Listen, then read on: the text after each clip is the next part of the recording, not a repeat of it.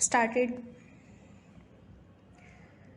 अध्यक्ष जी, इस दृष्टि से वृद्ध जीवन भर अपने बच्चों के भविष्य की दृष्टि से प्रयास करता है, लेकिन बाद में अकेलापन महसूस करता है और इनकी संख्या देश में करीब 5.5 करोड़ है।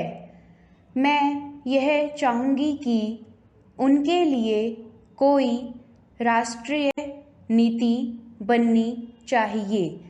केवल 100 रुपये वृद्ध को पेंशन देकर उनकी समस्या हल नहीं हो सकती है, उससे कुछ निकलने वाला नहीं है।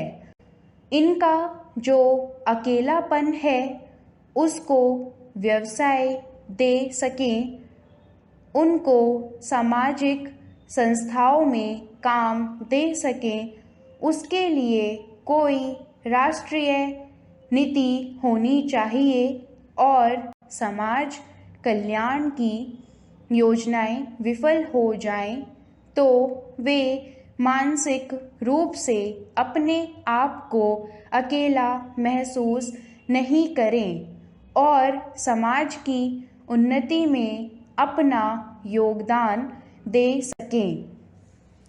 स्वामी विवेकानंद जी ने कहा था कि हर उस शिक्षित व्यक्ति को जो समाज के लिए नहीं सोचता है, कभी अपनी शिक्षा का उपयोग समाज के उद्धार के लिए नहीं करता है, ऐसे शिक्षित व्यक्ति को मैं देशद्रोही मानता हूँ।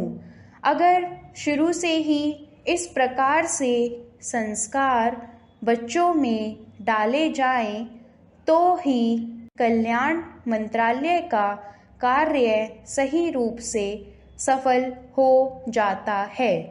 मुझे लोगों का हित करना है, यह भावना ज़्यादा से ज़्यादा किस प्रकार फैले, इसके लिए ज़रूरी है कि जो इस भावना से काम करने वाली संस्थाएं हैं, जो कल्याणकारी योजनाएं हम चलाते हैं, उनमें इन संस्थाओं का सहयोग ज़्यादा होना चाहिए। इस भावना से हमारे मंत्रालय को काम करना चाहिए। मैं अनुसूचित जाति और जनजाति के बारे में कुछ निवेदन करना चाहूँगी। 55 साल पहले जब उनको आरक्षण की सुविधा दी गई तो उस समय डॉक्टर अंबेडकर ने कहा था कि हम इसे 15 साल से ज़्यादा नहीं चाहते हैं। हम अपने पैरों पर खड़ा होना चाहते हैं। लेकिन उनके बाद जो योजनाएं बनाई गई, मैंने भी आदिवासी छात्रावासों का निरीक्षण किया है और देखा है कि ये योजनाएं इस ढंग से बनाई गई कि उनको उचित लाभ नहीं मिलेगा। वास्तविक रूप से उनके कल्याण के लिए योजना नहीं बनी। अगर बनी भी तो वह कागजों पर ही रही। पैसा खर्च होता रहा, लेकिन उसका वास्तविक लाभ उस समुदाय को और उन लोगों को नहीं मिला जिससे उनका वास्तविक रूप से उत्थान हो पाता।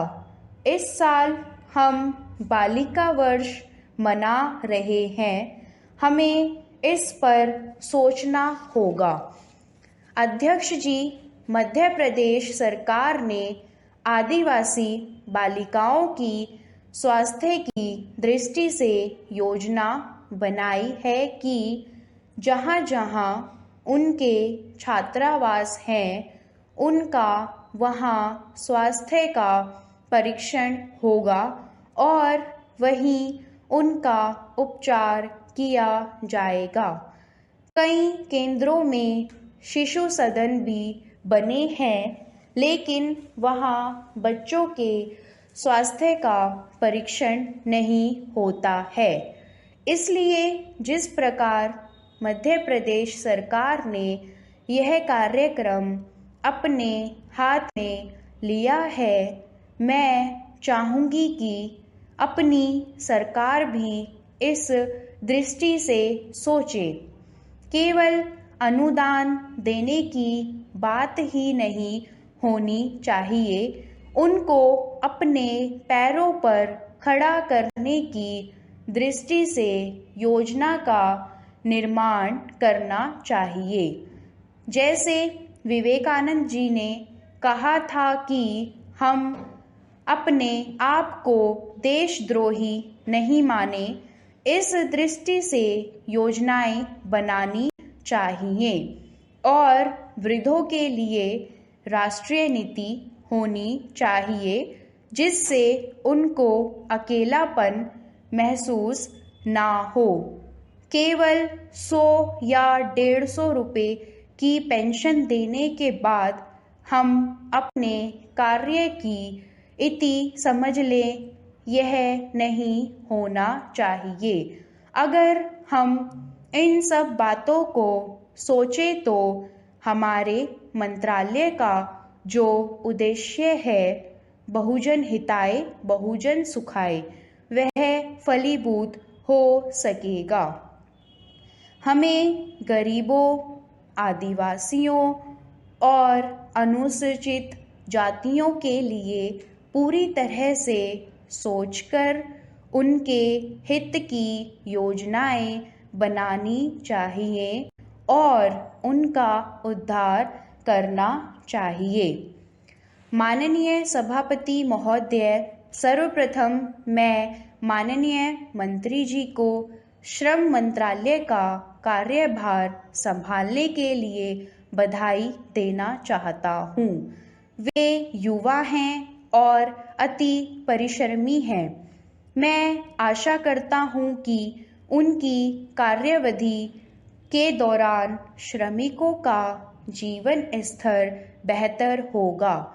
भारत में दक्ष और अदक्ष दोनों प्रकार के श्रमिक बहुतायत में हैं।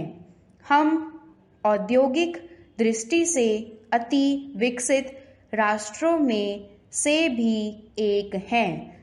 हमारा वैज्ञानिक और प्रौद्योगिक आधार बहुत ही सुदृढ़ है, लेकिन दुर्भाग्यवश इन समस्त उपलब्धियों के पीछे जो श्रम बल है, देश में निरंतर उनकी उपेक्षा की जा रही है।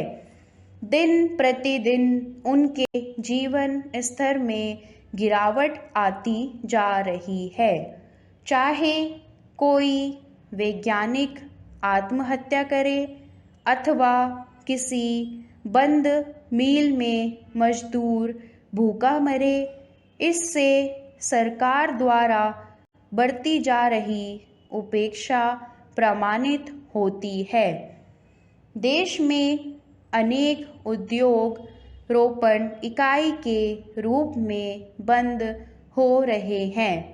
वित्तीय संस्थाओं से मिल मालिक भारी मात्रा में ऋण लेते हैं और उस धनराशि को उद्योग की उन्नति में लगाने के बजाय संपूर्ण राशि हड़प कर जाते हैं और इकाई को रूपण घोषित कर देते हैं।